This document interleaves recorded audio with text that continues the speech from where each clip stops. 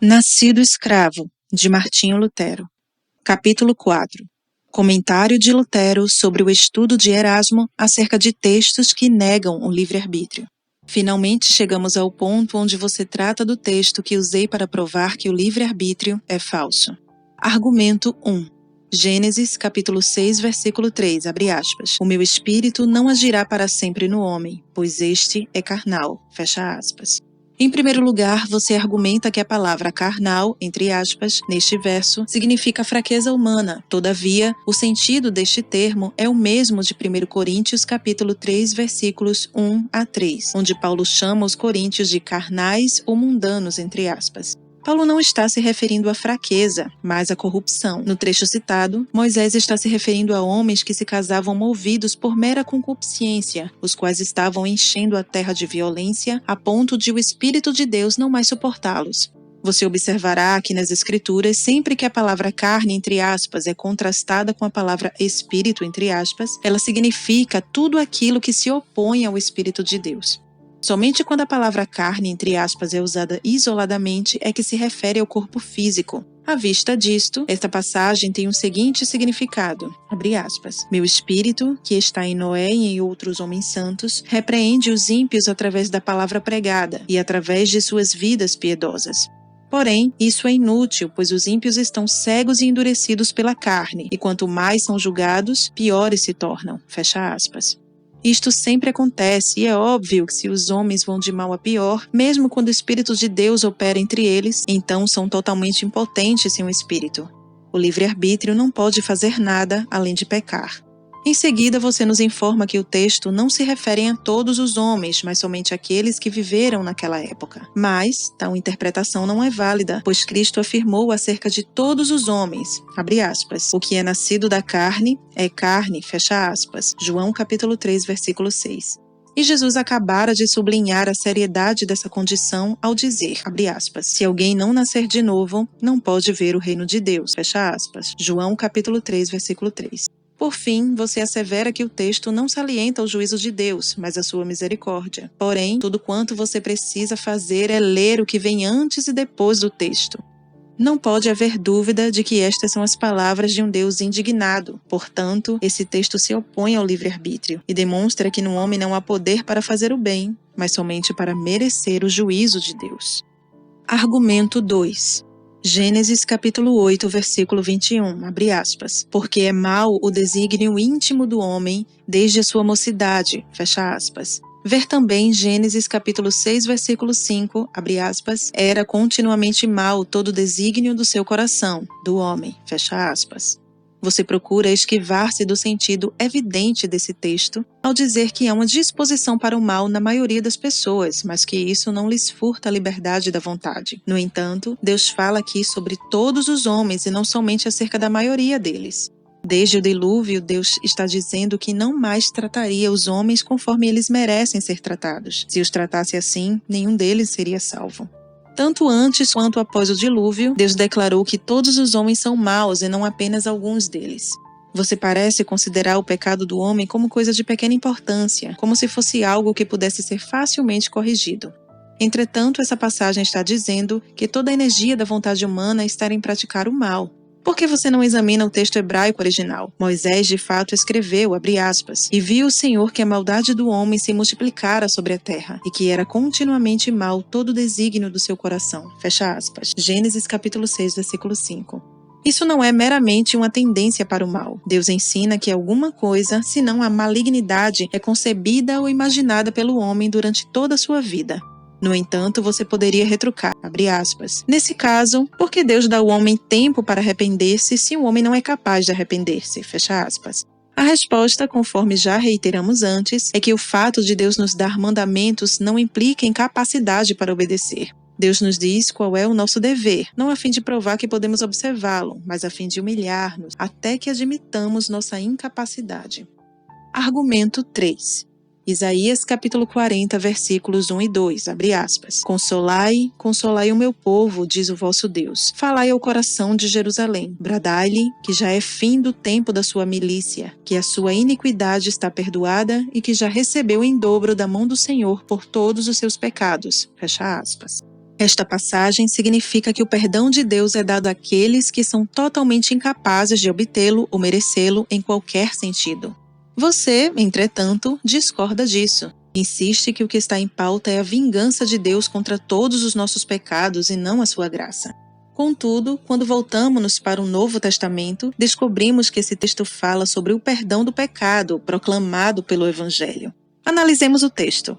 Suponho que a palavra consolo, entre aspas, não signifique a execução do julgamento de Deus. Em seguida, o texto diz, abre aspas, falai ao coração de Jerusalém, fecha aspas. Isto significa, dizei a Jerusalém palavras de amor, doces e gentis. Além disso, as palavras tempo da sua milícia, entre aspas, referem-se ao terrível peso da luta para se obter o perdão, através da obediência à lei. Atos, capítulo 15, versículos de 7 a 10.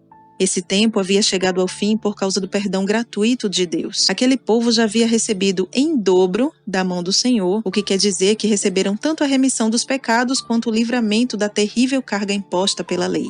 Por isso se lê que o perdão envolvia todos os seus pecados, entre aspas, o que dá a entender que aquele povo caracterizava-se pelo pecado e nada mais que o pecado. A graça não é a recompensa pelas tentativas do livre-arbítrio. A graça divina é concedida apesar do pecado e de tudo quanto ele merece.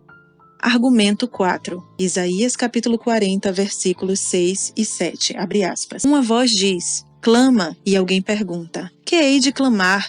Toda carne é erva, e toda sua glória como a flor da erva. Seca-se a erva e caem as flores, soprando nelas o hálito do Senhor. Na verdade, o povo é erva. Fecha aspas. Você diz que a palavra hálito, entre aspas, nesse trecho bíblico, indica a ira de Deus, e que a palavra carne, entre aspas, indica a fraqueza do homem que não dispõe de qualquer poder contra Deus. Mas será que a ira de Deus não teria outra coisa para atacar senão a infeliz debilidade humana? Ou, pelo contrário, o homem não deveria ser fortalecido? Depois disso, você afirma que as palavras flor da erva, entre aspas, significam a glória que se deriva da prosperidade quanto às coisas materiais. Mas é impossível que tal interpretação esteja correta. Os judeus gloriavam-se de seu templo, da circuncisão e dos holocaustos. Os gregos gloriavam-se em sua sabedoria. Portanto, o que é disperso pelo sopro do Espírito de Deus é assim chamada justiça pelas obras, entre aspas, bem como a sabedoria humana. Isso é confirmado pela alusão que Isaías faz a toda a carne, entre aspas.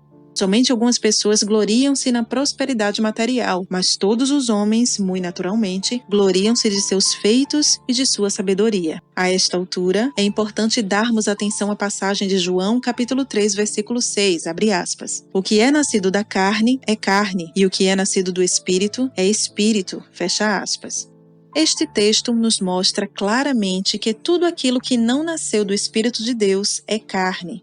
Isso não quer dizer que somente uma porção ou mesmo uma grande porção do homem natural consiste em carne. E certamente também não significa que a porção mais excelente do homem seja a sua carne. Antes, significa claramente que todos os homens destituídos do Espírito de Deus são carne, entre aspas, e por conseguinte estão sujeitos ao julgamento de Deus. Você pensa que isto não é verdade. Acredito que existem alguns homens que prefeririam morrer 1000 vezes a praticarem um ato vil, ainda que fossem as ocultas e que Deus os viesse a perdoar. O fato é que você continua olhando somente para os atos externos. Você precisa olhar para o coração humano. E mesmo que tais pessoas existissem, elas estariam operando para sua própria glória, visto que, a parte do Espírito Santo, não teriam qualquer desejo de glorificar a Deus com as suas ações. Você também indaga se tudo quanto é chamado de carne, entre aspas, necessariamente precisa ser considerado ímpio. E eu respondo, sim. Um homem é ímpio se ele está sem o Espírito de Deus. As Escrituras ensinam que o Espírito é dado com a finalidade de justificar o ímpio. Jesus disse que quem nasceu da carne não pode ver o reino de Deus. Não existe um estágio intermediário entre o reino de Deus e o reino de Satanás. Se alguém não faz parte do reino de Deus, certamente faz parte do reino de Satanás. Em seguida, você pergunta, abre aspas, como posso ensinar que o homem não é nada além de carne, mesmo quando é nascido do Espírito? Fecha aspas. Onde você sonhou com tal coisa? Eu estabeleço uma clara distinção entre carne e espírito, entre aspas. O homem que não nasceu do Espírito é carne. A pessoa que nasceu do Espírito é espírito, exceto apenas por aqueles elementos da natureza carnal que ainda restaram para perturbá-la. Argumento 5. Jeremias capítulo 10, versículo 23, abre aspas. Eu sei, ó Senhor, que não cabe ao homem determinar o seu caminho, nem ao que caminha o dirigir os seus passos, fecha aspas. Uma vez mais, você distorce o claro sentido do texto. Você afirma que essas palavras significam que Deus, e não o homem, é o causador de acontecimentos que têm um final feliz e que isto nada tem a ver com a ideia do livre-arbítrio. Mas, porventura, as palavras de Jeremias precisam de qualquer explicação? É óbvio que Jeremias simplesmente quis dizer que a obstinação do povo ao rejeitar a palavra de Deus o havia convencido de que o homem, por força própria, é incapaz de praticar o que é direito. Porém, mesmo supondo que a sua ideia esteja correta, que benefício procede dela? Pois, se um homem não pode fazer meros eventos naturais terminarem de modo feliz, como poderia fazer qualquer coisa proveitosa no que concerne ao seu destino espiritual? Você ainda argumenta que muitas pessoas reconhecem a necessidade da graça de Deus para viverem corretamente, afirmando que elas buscam essa graça orando diariamente pela ajuda divina e que, ao assim fazerem, estão lançando mão do esforço humano. Mas nem por isso você está comprovando o poder do livre-arbítrio, pois quem solicitará a ajuda do Senhor senão aqueles em quem habita o Espírito Santo? Aquele que ora, assim o faz pelo Espírito de Deus. Romanos capítulo 8, versículos 26 e 27. Argumento 6. Provérbios capítulo 16, versículo 1, abre aspas. O coração do homem pode fazer planos, mas a resposta certa dos lábios vem do Senhor, fecha aspas. Você pretende que essa declaração também faça alusão apenas aos acontecimentos comuns da vida. E, uma vez mais, retruco que mesmo que você estivesse com a razão, isso tornaria ainda mais difícil para nós podermos decidir, por nós mesmos, nosso destino espiritual. E o fato de que tudo quanto acontecerá no futuro está decidido por Deus, deveria produzir dentro de nós o temor do Senhor. Você vincula essa passagem a outros dois trechos extraídos do livro de Provérbios. Provérbios capítulo 16, versículo 4, abre aspas. O Senhor fez todas as coisas para determinados fins, e até o perverso para o dia da calamidade, fecha aspas. Você faz bem ao salientar que tais palavras significam que Deus nunca criou qualquer criatura má. Bravo! Eu nunca disse que ele fez tal coisa. Provérbios capítulo 21, versículo 1, abre aspas. Como ribeiros de águas, assim é o coração do rei na mão do Senhor. Este, segundo seu querer, o inclina, fecha aspas. Você comenta que a palavra inclina não significa compele, e também diz que o rei inclina-se para o mal pela permissão divina, a qual deixa o rei dar vazão às suas paixões. Porém, não importa se você entende isso como sendo a permissão de Deus ou a inclinação efetuada por ele. Continua sendo verdade que nada acontece fora da vontade e da operação de Deus. O texto refere-se a apenas um homem, o rei. O que é verdade acerca do rei é verdade acerca de todos os demais homens. Argumento 7. João capítulo 15, versículo 5. Abre aspas. Eu sou a videira, vós os ramos. Quem permanece em mim e eu nele, esse dá muito fruto. Porém, sem mim, nada podeis fazer. Fecha aspas. Este foi o texto acerca do qual eu disse que ninguém seria capaz de fugir. Porém, você se aproveita da palavra nada, entre aspas, para destruir seu significado.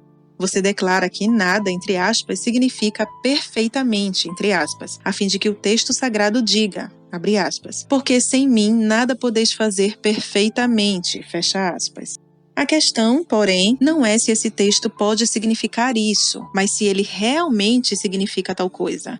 De acordo com a sua explicação, sem Cristo podemos fazer, abre aspas, um pouco, mesmo que imperfeitamente, fecha aspas. Desse modo, suponho que quando João, capítulo 1, versículo 3, diz, abre aspas, sem ele, nada do que foi feito se fez, fecha aspas, isto significa, abre aspas, sem ele foi feito um pouco, mesmo que imperfeitamente, fecha aspas. Quanta ignorância! É extremamente perigoso manusear assim as Escrituras. Não é essa a maneira de chegar à consciência dos homens. Fique, portanto, claro que, neste texto, nada significa nada. Sob o domínio de Satanás, a vontade do homem nem é mais livre, nem tem domínio próprio. Antes, é escrava do pecado e de Satanás, só podendo desejar o que seu príncipe lhe determina. Você ignora o que se lê em seguida nesse trecho. Abre aspas. Se alguém não permanecer em mim, será lançado fora à semelhança do ramo, e secará, e o apanham, lançam no fogo e o queimam. Fecha aspas. João, capítulo 15, versículo 6. O homem fora de Jesus Cristo é totalmente inaceitável diante de Deus e seu destino é ser lançado no fogo eterno. Não posso compreender porque você também cita em 1 Coríntios, capítulo 13, versículo 2, em apoio à sua posição. Abre aspas. Ainda que eu tenha o dom de profetizar e conheça todos os mistérios e toda a ciência, ainda que eu tenha tamanha fé a ponto de transportar montes, se não tiver amor, nada serei. Fecha aspas. Se alguém está destituído do amor, sinceramente, ele nada representa diante de Deus, porquanto esse amor é um dom da graça. A questão, enfim, resume-se no seguinte: nada, entre aspas, significa nada, e nada é capaz de alterar isso. A parte da graça, o homem nada pode fazer. O livre-arbítrio, nada pode fazer e nada é. Argumento 8. A cooperação do homem com Deus não comprova o livre-arbítrio. Você se utiliza de um bom número de ilustrações que descrevem a cooperação do homem com as operações divinas. Por exemplo, abre aspas, o agricultor faz a colheita, mas é Deus que a dá, fecha aspas. É óbvio que tenho plena consciência da cooperação do homem com Deus, mas isso nada prova a respeito do livre-arbítrio. Deus é onipotente, ele exerce total controle sobre tudo quanto ele mesmo criou, e isso inclui os ímpios, os quais, à semelhança daqueles a quem Deus justificou e transportou para o seu reino, cooperam com Deus neste mundo. Todos os homens precisam seguir e obedecer aquilo que Deus tenciona que eles façam. O homem em nada contribuiu para sua própria criação e, uma vez criado, o homem não faz qualquer contribuição para permanecer dentro da criação de Deus. Tanto a sua criação quanto a sua contínua existência são inteira responsabilidade do soberano poder e bondade de Deus, que nos criou e nos preserva sem qualquer ajuda nossa. Antes de ser renovado, para fazer parte da nova criação do reino do Espírito, o homem em nada contribui para preparar-se para essa nova criação e reino. Por semelhante modo, quando ele é recriado, em coisa alguma contribui para ser conservado nesse reino. Somente o Espírito de Deus tanto nos regenera quanto nos preserva, sem qualquer ajuda de nossa parte. É como Tiago diz, abre aspas, pois, segundo o seu querer, ele nos regenerou pela palavra da verdade, para que fôssemos como que primícias de suas criaturas. Fecha aspas. Tiago, capítulo 1, versículo 18. Tiago está falando a respeito da nova criação. Não obstante, Deus não nos regenera sem que tenhamos consciência do que está sucedendo, porque Ele nos recria e preserva precisamente com esse propósito, que venhamos a cooperar com Ele. E o que é atribuído ao livre-arbítrio em tudo isso? Que resta para o livre-arbítrio? Nada. Absolutamente nada.